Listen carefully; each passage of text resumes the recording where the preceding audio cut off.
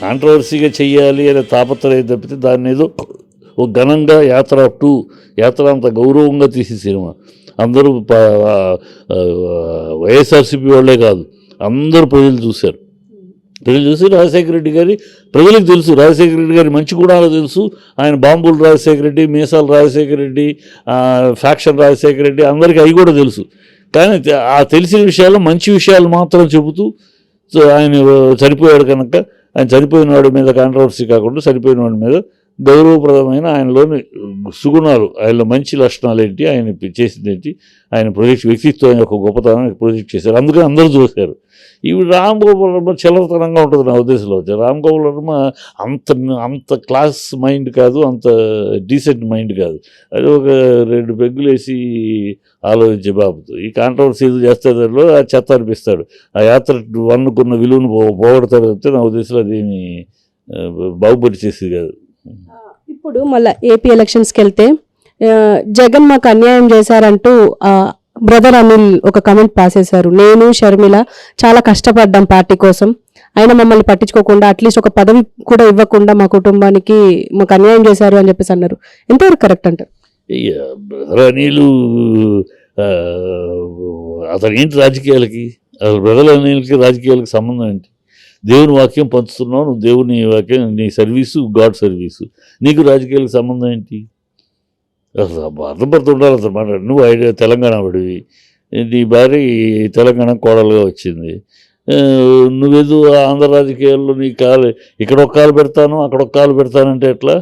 మొత్తం రాజశేఖర రెడ్డి గారి కూతురు అయినంత మాత్రాన నీకేమి ఆహ్వానం కిరీటి బెటర్ కదా. రాజశేఖర రెడ్డి గారి అలాంటి రాజశేఖర రెడ్డి డ్రైవరు, రాజశేఖర రెడ్డి గారి మేనేజరు అందరూ వారసులు అయిపోతారండి. జగన్ కూడా వారసులుగా ప్రజలు ఇమీడియట్గా ఒప్పుకోలే. 10 ఏళ్ళు తిరిగితే ప్రజల మధ్య 10 ఏళ్ళు తిరిగితే నువ్వు ఎప్పుడు ఆఖరిలో తన జైల్లో వెళ్తే ఏదో 4 రోజులు తిరిగావు. 10 ఏళ్ళు తిరిగాడు పాపం. తిరిగితే ప్రజలు జాలిపడ్డారు. ఈ చంద్రబాబు చేసిన దౌర్భాగ్యానికి భరించలేక ఈ దరిద్రం వద్దనుకున్నారు. ఈ దరిద్రం వద్దనుకుంటే మరి ఎవరు అంటే అప్పుడు 10 ఏళ్ళుగా తిరుగుతాను మన జగన్ కనపడ్డాడు.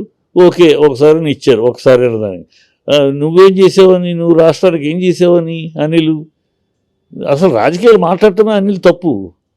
రాజకీయాలు నువ్వు దేవుడు విషయం, దేవుడికి వాక్యం పరుస్తూ దైవ ఇది చేస్తూ నువ్వు ఇవాళ రాజకీయాలు మాట్లాడతావు ఏంటి?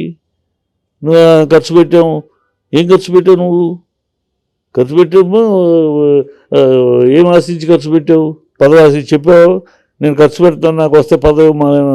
జగన్ ప్రజలు జగన్నే చూశారు కానీ నాయకుడిగా మిమ్మల్ని చూడాల. నాయకుడు వెనకాల నాయకుడికి సహకరించేవాళ్ళు 10 మంది ఉంటారు. రేవంత్ రెడ్డి వెనకాల 10 మంది పనిచేశారు. అందుకని రేవంత్ రెడ్డికి నేను వెనకాల డబ్బులు ఇచ్చాను నాకు పదవి ఇవ్వాలని అడిగితే ఎట్లా? తెలంగాణలో నాయకుడిగా ప్రజలు అతన్నే నాయకుడిగా గుర్తించారు. మిమ్మల్ని అందరినీ నాయకుడు పక్కన మనుషులు, నాయకుడికి సహకరించే మనుషులు, నాయకుడు దగ్గర మనుషులుగా చూసేదంటే మిమ్మల్ని నాయకుడిగా చూడాల. మీరు మాకేం ఇవ్వలేదంటే ఎట్లా? అతను బట్టి ప్రజలు ఓట్లేశారు. షర్మిలాని బట్టి 151 సీట్లు వచ్చినాయా? అనిల్ని బట్టి వచ్చిన 151 సీట్లు, ఓన్లీ జగన్ బట్టి వచ్చింది 151 సీట్లు. అందరూ జగన్మోహన్ చూసేసారు, జాలిపడ్డారు. ఒకసారి అని బతిమాలుతున్నాడు, సరే ఇద్దామని ఇచ్చారు. నాకు మేము కష్టపడ్డాం మా వాళ్ళు వచ్చింది, అది పిచ్చి మాటలు. అసలు రాజకీయం మాట్లాడటం అనిల్ తప్పు. అనిల్ బోధకుడా, దేవుని బిడ్డ, నేను మైక్ పట్టుకుని దేవుని బిడ్డ యేసు ప్రభు అని చెప్పి మాట్లాడుతూ ఈ రాజకీయాలు ఏంటి? నాకు అది లేదు నేను కలవను. నువ్వు కలిస్తే ఎంత కలవపోతాయి, నువ్వు కలవలేదని ప్రజలు ఏమన్నా అనిల్ జగన్ కలవట్లేదు అని అంటున్నారు? లేదు కదా. ఇది పిచ్చి మాటలు, పిచ్చి అనవసరం మాటలు. అలాగే ఇవాళ ఎలాగో రేవంత్ రెడ్డి విషయం అంటే ప్రస్తావన వచ్చింది కాబట్టి ఇవాళ ప్రజాభవన్ దగ్గర చాలా మంది మా భూములు కబ్జా చేస్తున్నారు అనుకుంటూ మల్లారెడ్డి పైన ఎలిగేషన్ చేస్తున్నారు. దీని గురించి మీరు ఏం మాట్లాడతారు? ఎలిగేషన్స్ వాళ్ళ కాదు, మల్లారెడ్డి గారి మీద ఎప్పటి నుంచి ఎలిగేషన్స్ ఉంటూనే ఉంటాయి. ఆయన అన్నిటికీ ఎప్పటికప్పుడు సమాధానం చెప్తూనే ఉంటాడు. ఇవాళ అవకాశం మన దేశంలో ఎట్లా అంటే ఎవరు అధికారంలో వస్తే వాళ్ళ పక్కకు తిరిగి ఆధారాలు లేని కంప్లైంట్ చేసేవాళ్ళు చాలామంది ఉంటారు. భూ కబ్జా చేశారంటే అంత ఓపెన్గా కబ్జా చేస్తే కోర్టుకు వెళ్ళొచ్చు, కేసులు వేయచ్చు, ఏం వేయచ్చు. ఈనాళ్ళు లేని ఇవాళ కేసులు వేయడానికి ఎందుకు వచ్చారు?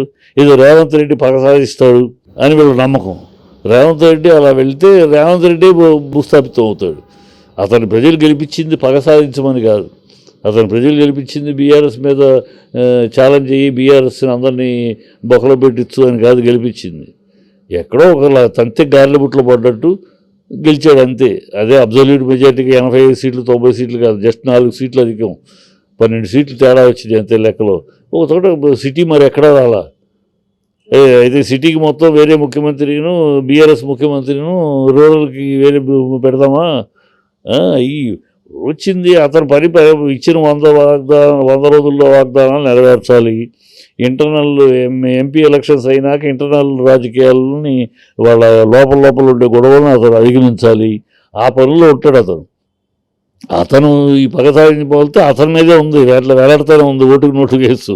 అది ఇంకా ఛార్జ్షీట్ ఎప్పుడు వేస్తారో ఎప్పుడు జరుగుద్ది కనుక అతనికి ఉంది ముందు ముసలి పడగా అన్నాడు. అంటే ఇప్పుడు ఈ మధ్య స్మితా సబర్వాల్ ఐఏఎస్ ఆఫీసర్ అంటే కేసీఆర్తో ఎక్కువ రోజులు ట్రావెల్ చేసింది అండ్ ఆయన భవన్లోనే వర్క్ చేసింది కాబట్టి ఆమె ద్వారా భూస్కాముల్ని బయటకు తీస్తాం, ఖచ్చితంగా అరెస్ట్ చేస్తాం అని చెప్పేసి అంటున్నారు. అది ఈ గాలివాగుడు లేస్తే మనుషులు కాదు, లేస్తే మనుషులు కాదు అని వాగొద్దని చెప్తున్న కాంగ్రెస్ వాళ్ళని.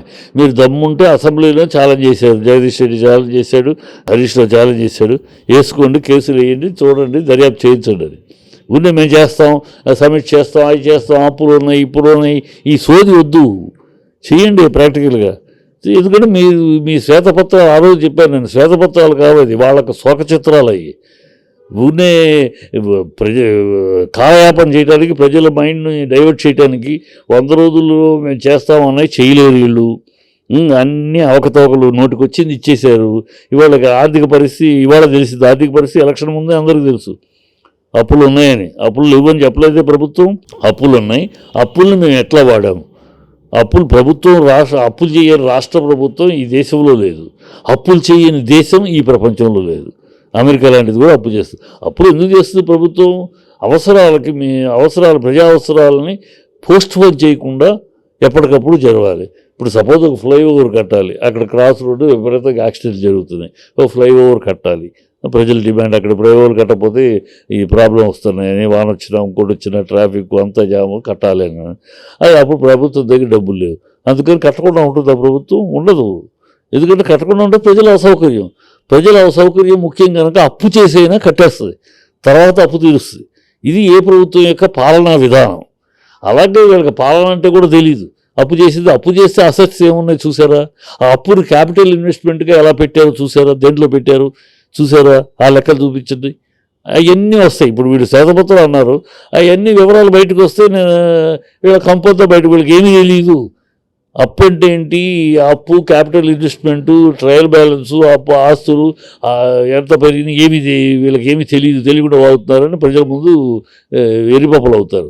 అదే జరగబోయేది. ఊరిని జనాలు డైవర్ట్ చేయడానికి 100 రోజులు అదేమైంది ఇదేమైంది అని ప్రజలు ఎక్కడ అడుగుతారు. ఇప్పుడు ఉంది కార్డులు అప్లికేషన్లు పెట్టారు. ఏంటి అప్లికేషన్లో 2 బెడ్రూమ్ హౌస్ల గురించి లేదు, ఉద్యోగాల గురించి లేదు, ఇళ్ళకి లోన్ లేదు. ఇల్లు కట్టుకుంటానికి లోన్ ఇస్తారు. నాకు స్థలం ఉంటే కట్టుకుంటే లోన్, స్థలం ఇస్తే స్థలం తాకట్టు పెట్టి బ్యాంక్ లోన్ తీసుకోవచ్చు. నువ్వు ఇచ్చేదేంటి లోను కదా?